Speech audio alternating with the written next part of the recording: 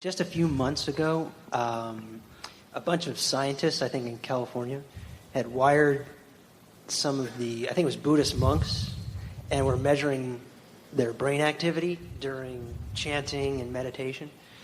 And they were finding significant gamma waves being emanated from their brain, and emotional centers in the brain for peace and love and empathy were lighting up like Christmas trees.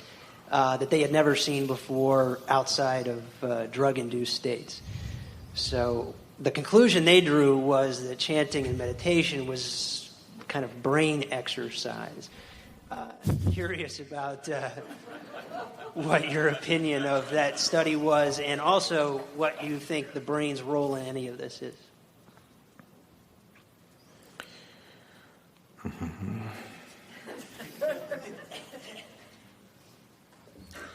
Now,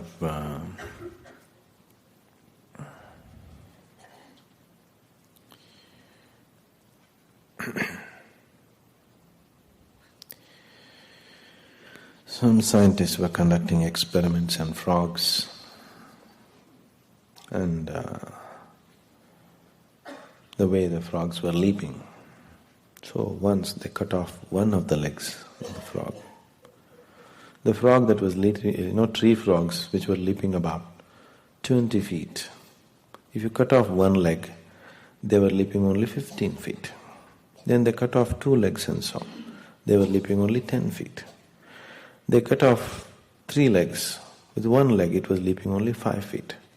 Then they cut off all the four legs. Then they concluded, when you cut off all the four legs of the frog, it becomes deaf.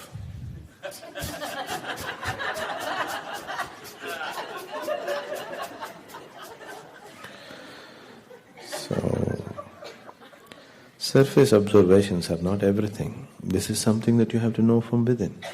Brain is just body. Yes? Brain is body, isn't it? So certain changes are happening in the body as a result of something else. That result is not the source of what's happening. Certain emotions and other things are clearing up, and more peace and compassion and love is manifesting. It is not about compassion, it's not about love, it's not about any of these things. See, what you need to understand is, if there is a certain… How would you like to keep your body? Pleasant or unpleasant? Pleasant. If your body is feeling very pleasant, it will be healthy and pleasurable. If your mind is feeling very pleasant, it will be happy. If your emotions are feeling very pleasant, it will be loving, compassionate. If your energies are feeling very pleasant, it will be blissful. So all these are working towards creating a certain pleasantness in all the dimensions of who you are. Because of this, physical body is changing, mind is changing, emotions are changing. But the pleasantness is coming not because of that. That is just a result. Right now, you have glorified love too much because you have not known anything better. People are going about talking as if love is the highest thing, isn't it? Because probably that's the most pleasant thing that they have touched in their life. Love means what? A longing to become one with somebody, isn't it? Yes? Yes or no? This longing to become one with something is what, on the emotional level, you call it love. This longing is always there. With love, it never finds fulfillment. The longing remains.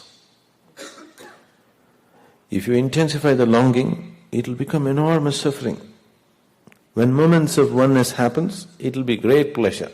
When moments of separation happens, it will be great torture. Yes? Is it so? Is it so or no? They have known moments of oneness, which is so valuable to them. They are willing to go through all the torture that comes with it. Yes or no? A few moments of oneness, for that they are willing to go through all the torture. It's worthwhile. So fundamentally what's happening within you is, there is something within you. Wherever you are right now in your life, it wants to be little more than what you are right now, isn't it? Is that so? This is the desiring process. Your desire is not about anything. Your desire is, it wants to expand. Wherever you are, it's not enough. It wants little more, little more, little more. So this longing for oneness, or this longing for including everything as a part of yourself, when it finds a basic physical expression, we call this sex. What you're trying to do with sex is, you're desperately trying to become one with somebody. However hard you try, it doesn't happen. There are moments when it makes you feel like you are one, but the next moment everything is separate, isn't it? If you try this mentally, generally it gets labeled as greed, conquest, ambition. You're trying to include everything as a part of yourself. You want to conquer the world itself.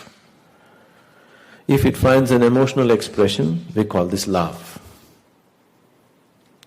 If it finds a conscious expression, we call this yoga.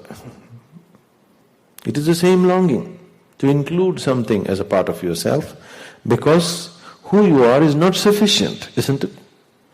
Why is it that you want to include another person as a part of yourself? Somehow the way you are is not sufficient, isn't it? Isn't it so?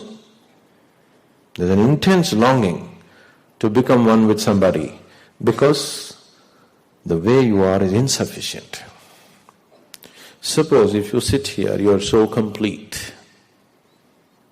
If you sit here, you are so complete within yourself that you are absolutely blissful by your own nature.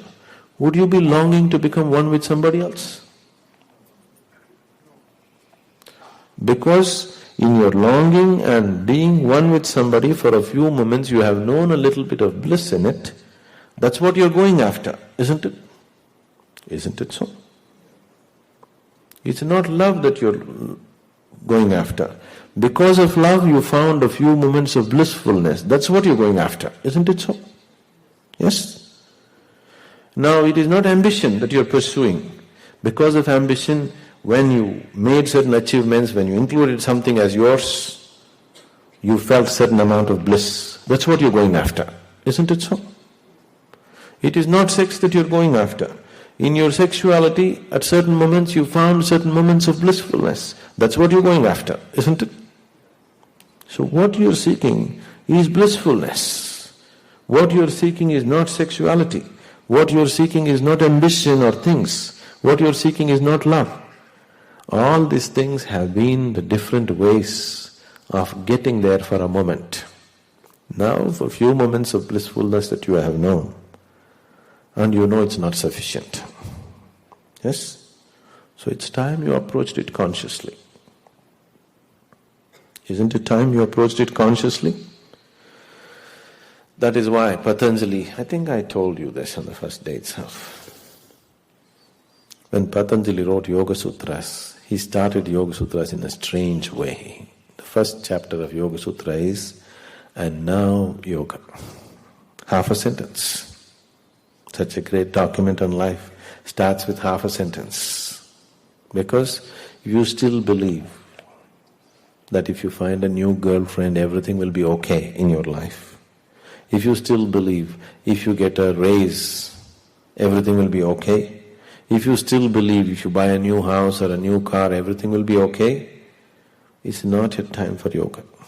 You've seen all those things and you know it doesn't work. And now yoga. Have you come there?